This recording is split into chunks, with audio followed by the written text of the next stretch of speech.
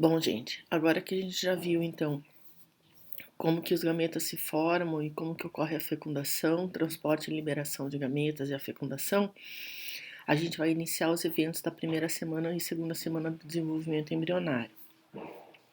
Então, com a fecundação, a gente tem o quê? A formação do zigoto e o início dos processos de divisão celular, ou o que a gente chama de clivagem, tá? Consequências da fecundação. Vai se restabelecer o número diploide da espécie, vai se restabelecer também a variabilidade genética, determinação do sexo genético e ativação dos processos de clivagem ou segmentação que ocorrem ao longo da tuba uterina, como a gente está vendo principalmente nessa figura do lado direito. Então, liberação ali a partir do ovário do ovócito, na primeira figurinha, redondinha, logo em seguida a fecundação e o início do processo de clivagem que está acontecendo ao longo da tuba uterina com a formação da mórula e logo em seguida do blastocisto que está implantado ali já na parede do endométrio. É isso que a gente vai ver então como que ocorre. Quais são os eventos da primeira semana do desenvolvimento embrionário? A fecundação em si, que a gente já falou na aula passada, a formação da mórula, seguida da formação do blastocisto, seguida da formação do embrião bilaminar, formado então pelos dois folhetos embrionários, que é o que a gente chama de ectoderme ou epiblasto, ou endoderme e hipoblasto. A clivagem. A clivagem ela tem início após 30 horas da fecundação. Então, na primeira linha dessa figura de microscopia de campo claro dos processos de clivagem, a gente tem a formação do zigoto com a membrana de fecundação. Na figura D, após 30 horas, se iniciou o processo de clivagem com a formação de dois blastômeros. Cerca de 40 a 50 horas depois, a gente vai ter o quê? A formação de 4 blastômeros. Cerca de aproximadamente 3 dias depois, a gente tem a formação da mórula e cerca de 4 dias a formação do blastocisto, já na cavidade uterina.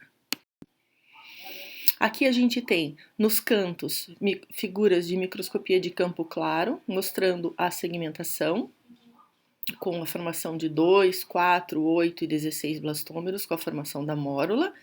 E nas figuras do centro, microscopia eletrônica de varredura, também exemplificando então a segmentação e clivagem até a formação da mórula, certo? A segmentação e clivagem, então, como a gente já mencionou, ela tem início após 30 horas da fecundação. E do que ela consiste? De várias divisões mitóticas repetidas, então uma atrás da outra, que resultam em um rápido aumento do número de células. Então aumenta o número de células, mas essas células vão ficando cada vez menores. Isso significa que elas vão ficando compactas. É o que a gente chama de compactação celular, logo após cada divisão. E isso, por que elas vão ficando menores? Porque ao longo do ciclo celular existe a ausência de G1, que é a fase de crescimento celular. E aonde que ocorre a clivagem? A clivagem ela vai ocorrer ao longo da tuba uterina, no trajeto da tuba uterina em direção ao útero, certo? A mórula ela é formada por uma massa celular com uma variedade no número de blastômeros. Dependendo do livro, esse número vai variar, circundada sempre pela zona pelúcida, que vai sofrer um processo de compactação, como a gente já mencionou. A mórula ela chega na cavidade uterina como mórula e logo em seguida ela vai se diferenciar para início da formação do blastocisto, certo? Então, aqui na figura da esquerda, a gente tem o trajeto da tuba uterina mostrando nos quadradinhos ali o processo de clivagem, certo? A formação dos blastômeros. Então, zigoto, clivagem sucessiva, células menores com compactação celular, formando a mórula se diferenciando então em blastocisto para que possa ocorrer a implantação. Esse blastocisto ele já vai ter duas camadas celulares diferentes e uma grande cavidade. Essa grande cavidade, como a gente está vendo na figura aqui da direita embaixo, ele tem a blastocele, tem uma camada de células que circunda a estrutura, que é o que a gente chama de trofoblasto, e tem uma massa celular interna, que é o que a gente chama de embrioblasto. Esse trofoblasto e esse embrioblasto, eles vão ter funções diferentes. O que a gente vai ter? O trofoblasto, ele é a camada celular externa de células que vai dar origem à placenta, enquanto que o embrioblasto é o grupo de blastômeros, a massa celular interna, que vai ser responsável pela formação de toda e qualquer estrutura do embrião, certo? Então, aqui a gente tem à esquerda um desenho esquemático do blastocisto, circundado sempre pela zona pelúcida, mostrando o embrioblasto e o trofoblasto, e à direita uma microscopia de campo claro, mostrando que existe zona pelúcida, que é essa linha tênue ao redor da estrutura, mostrando a blastocele, o trofoblasto ao redor e o embrioblasto, que é a massa celular interna.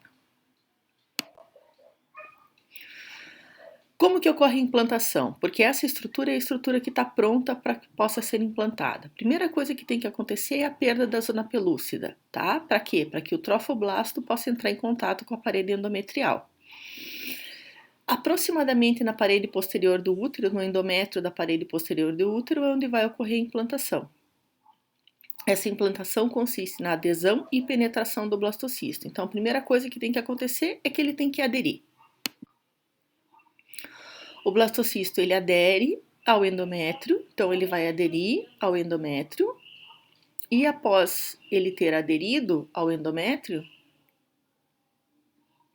ele vai ser capaz então de penetrar nesse endométrio.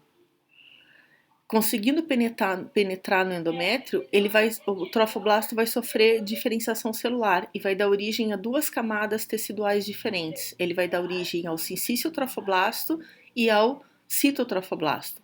O citotrofoblasto, aqui na figura da direita, é a camada que circunda a estrutura, é a camada que está ao redor da estrutura, enquanto que o sincício trofoblasto é a massa celular que fica em direção ao endométrio e que tem projeções no formato de dedos que penetram no endométrio através da produção de enzimas hidrolíticas, que é o que a gente tem aqui, ó. Então, no desenho esquemático, a gente tem ali aquela massa celular mais branquinha, que tem projeções no formato de dedos, então, que invadem o endométrio, provocando o que a gente chama de decídua do endométrio. Essa decídua é a perda tecidual do endométrio. Por que perde tecido? Porque essas células são capazes de produzir enzimas hidrolíticas que promovem uma erosão no endométrio e podem, então, possibilitar a penetração dessa estrutura na parede endometrial. Ao mesmo tempo, a gente vai tendo o quê? A gente vai tendo uma diferenciação celular no embrioblasto. No embrioblasto vai ocorrendo a formação do embrião bilaminar. A gente vai tendo a formação dos dois primeiros folhetos embrionários. Esses dois primeiros folhetos embrionários, a gente vai tendo a formação do endoderma, ou hipoblasto, que é essa faixa em amarelo de células, que é uma camada de células que é mais achatadas, que fica voltada para cavidade, para a blastocele, enquanto que a outra camada de células em azul é o ectoderma ou epiblasto, que é constituído por células mais colunares que ficam voltadas para o sincício trofoblasto. Então a gente tem o quê? Ao final da primeira semana do desenvolvimento embrionário, a formação de um embrião que é chamado de embrião bilaminar, porque ele tem os dois folhetos embrionários. Resumo dos eventos da primeira semana do desenvolvimento embrionário: fertilização ou fecundação, clivagens sucessivas, formação do blastocisto, início da implantação e formação do embrião bilaminar. Logo em seguida, então, a gente vai tendo agora a formação de outras estruturas, como por exemplo a formação da cavidade amniótica, a partir do quê? De um disco germinativo didérmico ou bilaminar. A gente costuma dizer que a cavidade amniótica ela se forma por um processo que é chamado de amniogênese por cavitação, para dar origem à bolsa d'água. Nessa figura, a gente tem ali o embrião bilaminar, formado por uma camada em azul e uma camada em amarelo, que é a ectoderme e a endoderme. E o que vocês estão vendo ali? Que está surgindo um espaço nessa ectoderme. Esse espaço surge por quê? Porque as células ectodérmicas vão surgindo espaços entre elas, onde o teto ele é formado por aminioblastos, que são as células achatadas, e o assoalho formado por ectoderme. E o espaço que surge ali é a cavidade amniótica. Ao mesmo tempo, células migram lá na camadinha amarela, que é o hipoblasto ou a endoderme, formando o que a gente chama de membrana exocelômica ou membrana de Hauser. São essas células que estão migrando na lateral, em volta ali do citotrofoblasto, para dentro do citotrofoblasto, e vão dar origem ao que a gente chama de saco vitelínico. Então, a gente tem o surgimento da cavidade amniótica e o surgimento do saco vitelínico. Então, aqui nessa figura, a gente tem em amarelo o sincício trofoblasto e a cavidade superior é o surgimento da cavidade amniótica, com os amnioblastos lá na parte superior, a ectoderme. Logo em seguida, a cavidade inferior, o saco vitelínico, com a permanência do endoderma e a membrana de Hauser. Aqui a mesma coisa, mostrando a cavidade amniótica e o saco vitelínico e a formação do que a gente chama de um tampão, que indica o final da implantação, certo? Quando está completamente implantado, aqui é uma microscopia eletrônica de varredura, forma-se um tampão constituído por coágulo sanguíneo que assegura o final da implantação. Em seguida, vai se formar o quê? O que a gente chama de mesoderma extraembrionário. Esse mesoderma extraembrionário, ele é derivado a partir de células que surgem na lateral ali, como a gente está vendo, do epiblasto e do endoderma, tá certo? São células derivadas do revestimento do saco vitelínico que dão origem ao tecido conjuntivo frouxo, que é chamado de mesoderma extraembrionário. Essas células, elas vão crescer encostadas na parte interna do sincício trofoblasto e na parte externa da membrana de Hauser, surgindo uma cavidade. Essa cavidade que surge é o que a gente chama de celoma extraembrionário ou cavidade coriônica. Aqui a gente tem então, na figura da direita, em roxinho, está sendo demonstrado ali a cavidade coriônica, que se forma então a partir dessa membrana. E aqui a gente tem então um resumo dos eventos da segunda semana do desenvolvimento embrionário. Formação do saco vitelínico, que a gente tem ali indicado, todas as estruturas estão indicadas no desenho esquemático. Mesoderma extraembrionário e citotrofoblasto, formação da cavidade coriônica, está sendo também indicada. Formação do córion, que é a estrutura de revestimento da cavidade coriônica, e a formação das vilosidades coriônicas primárias. Ao mesmo tempo, a gente tem o início da formação da circulação útero-placentária, com surgimento de lacunas, que são esses espaços que estão sendo representados ali em 1 e 2, no sincício trofoblasto. Esses espaços, essas lacunas, vão sendo preenchidos por sangue materno e secreções de glândulas endometriais, para que possam ocorrer, então, trocas metabólicas com as membranas extraembrionárias e a formação do pedúnculo embrionário, que depois vai dar origem ao cordão umbilical. Essas vilosidades coriônicas primárias, elas representam então o início da formação da placenta. Elas são o quê? Como está sendo demonstrado na figura, a gente tem ali o citotrofoblasto proliferando em direção ao sincício trofoblasto e penetrando onde? Na parede do endométrio. Aqui é uma figura esquemática representando então a cavidade amniótica, o saco vitelínico, a cavidade coriônica e as lacunas do sincício trofoblasto, que representam o início da formação da placenta, e em vermelho grande embaixo o tampão constituído por coágulo. Aqui é uma microscopia óptica, onde algumas estruturas estão sendo indicadas.